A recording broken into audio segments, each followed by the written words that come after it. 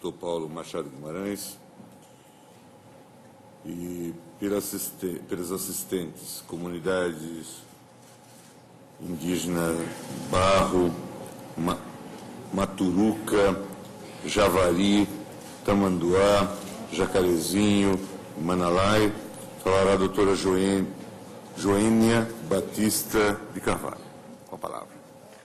Excelentíssimo ministro-presidente, excelentíssimos ministros, Canem, o ato Penamá, Tumanipei, Ina Tamã, Liberal, Auna Caramã.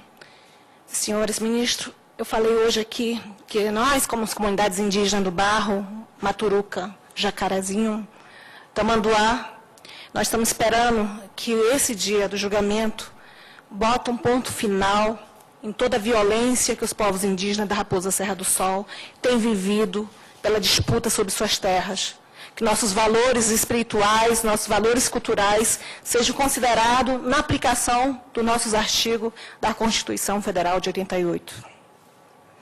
Eu quero agradecer pela oportunidade que as comunidades indígenas estão tendo, a oportunidade de falar, através de mim, que sou apixana, sou também daquela terra, e nós queremos aqui lembrar um pouco de todo esse processo de demarcação e também da importância de manter a demarcação tal como ela já existe consolidada. Nós vivemos aqui há mais de 30 anos se arrastando para que se conclua o processo de regularização fundiária.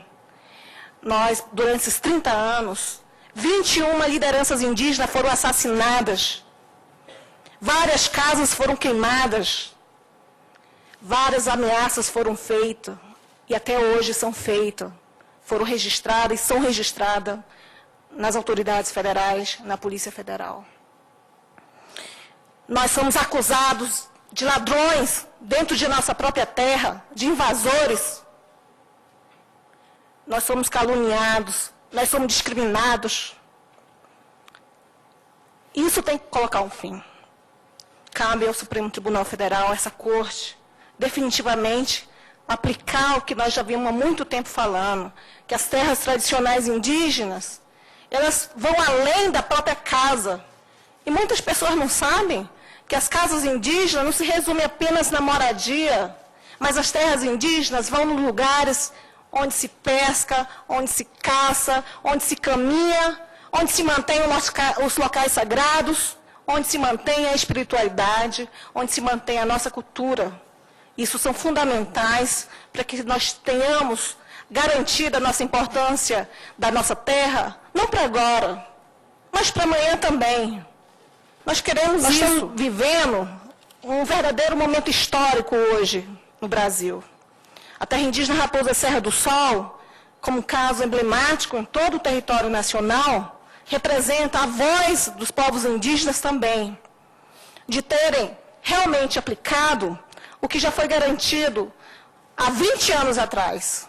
Nossos direitos originários, o nosso direito à imprescritibilidade do direito à terra, o nosso direito de viver conforme nossos usos, costumes, tradições.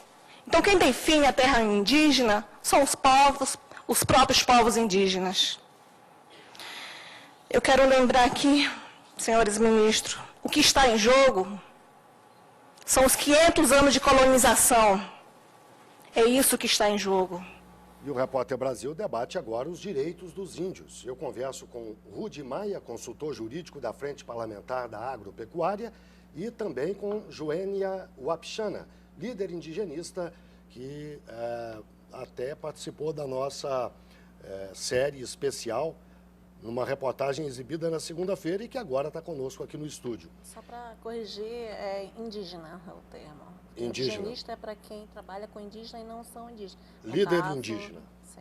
Obrigado. Bem, então, nós perguntamos até no intervalo se havia motivos para os índios comemorarem essa data, 19 de abril, Dia do Índio. Há motivos, na opinião da senhora? Tem duas questões. Primeiro, é de se reconhecer que nós estamos em 2013 e a diversidade cultural no Brasil é presente. Essa questão que vem muito dos povos indígenas de resistir, digamos, e persistir na sobrevivência cultural. A segunda é que não se comemora, mas se reivindica, né? Reivindica direito, a implementação.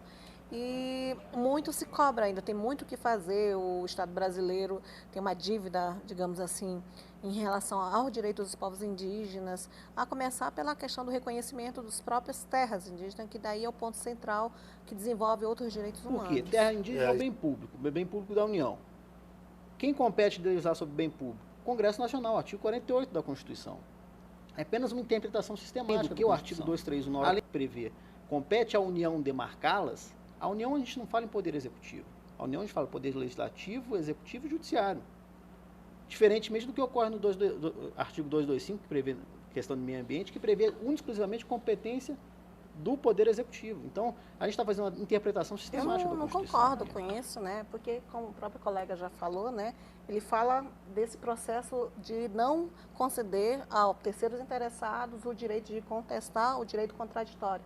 O senhor mesmo falou que existe um prazo, né, para que o Estado se manifeste. Dentro do decreto 1775, estabelece procedimento bastante claro, onde se estabelece um prazo. E, ao publicar um ato administrativo, abre para toda a sociedade brasileira, seja ele o fazendeiro, seja ele o garimpeiro, que muitas vezes tem interesse nas terras indígenas, para que se conteste. Mas tem as vias administrativas, tem as vias judiciais e a outra via que todo garantida a todos. Qual é o fundamento de uma terra indígena? É justamente garantir direitos coletivos dos povos indígenas. Porque realmente a União ela não concluiu os procedimentos da demarcata de todas as terras indígenas do Brasil. Isso é uma irresponsabilidade da União, que eu diria, porque tem muitas terras indígenas que não tiveram seu processo concluído. Mas uma questão é de se ponderar. A Constituição ela fala justamente em casos que nós sabemos que tem latifúndio aqui no Brasil e muitas vezes essas pessoas grilam terras públicas, no caso são as terras indígenas, tentam implementar para uma sociedade que está fazendo benefício econômico, mas na verdade ela está grilando terras públicas. O que é isso? Grila porque não tem um sistema de reconhecimento de terras indígenas e também padecem, digamos assim, várias violações para as comunidades indígenas. Eu acho assim, nesse sentido, que não existe um reconhecimento da titulação da terra, tem que ser ponderada pela quando ela veio trazer essa mudança significativa para garantir sobrevivência física e cultural, ela veio justamente resguardar interferências de interesses políticos e econômicos para não sobrepor a direitos sociais e coletivos dos povos indígenas.